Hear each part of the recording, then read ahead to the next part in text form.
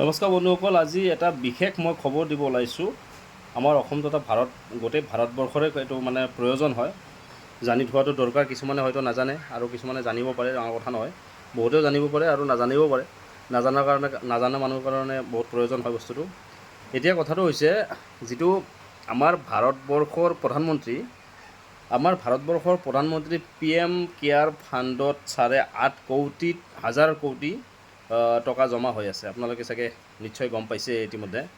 আৰু এই পইচা আমাৰ জনগণৰ পইচা, এটকা দুটকাকৈ দি টেক্স হওক বা GST হওক বা য'ৰ পৰাই নহওক কালেকশ্যন কৰি পেলাই ইমানখিনি পইচা জমা হৈছে বুলি আমি ইতিমধ্যে গম পাইছোঁ। আৰু এই পইচাটো আমাৰ পইচা হয়। আৰু আমাৰ ভাৰতবৰ্ষৰ যিটো এডুকেশ্যন ছিষ্টেম আপোনালোকে নিশ্চয়কৈ গম পাইছে আজি কিমান পিছপৰা হৈ আছে। গতিকে এই পইচা অতি সোনকালে এডুকেশ্যন ছিষ্টেমত ব্যৱহাৰ হ'ব লাগে। আপোনালোকে কি কয় জনাব। আৰু কথাটো হৈছে কি, আজি কেইবাবছৰ ধৰি এডুকেশ্যন ছিষ্টেমটো ইমান বেয়াৰ পিনে গতি কৰিছে, মানে যাক ক'ব নোৱাৰি। কিমান স্কুল কলেজ শিক্ষানুষ্ঠানবিলাক বন্ধ হৈ আছে, কিমান জেগাত ৰাস্তা ঘাট মানে খোজ দিব পৰা নাই, কিছুমান জেগাত কিমান অসুবিধা, কিমান দলঙৰ প্ৰয়োজন হৈ আছে, কোনো কামত লগোৱা নাই। যদি পইচাখিনি সেইখিনি কামত ব্যৱহাৰ কৰিব লাগে আমি বিচাৰিছোঁ।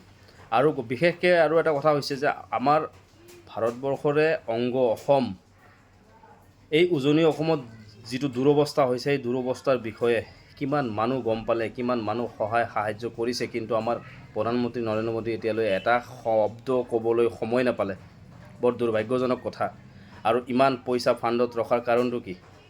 যদি জনগণৰ পইচা জনগণৰ কামতে যদি নলগায়, তাৰমানে কি আত্মসাৎ কৰাৰ চেষ্টা আছে বা আত্মসাৎ কৰাৰ টাৰ্গেট আছে, সেইটোহে আমি ভাবিম। নাভাবোঁ যদিও বস্তুটো তেনেকেই, পৰিৱেশটো সেনেকৈয়ে বুজাইছে। গতিকে সকলোকে আমাৰ সহায়ৰ প্ৰয়োজন আছে। এতিয়াও ভাৰতবৰ্ষখন এডুকেটেড হ'ব লাগে, এডুকেশ্যন ছিষ্টেমটো আকৌ নতুনকৈ আনিব লাগে।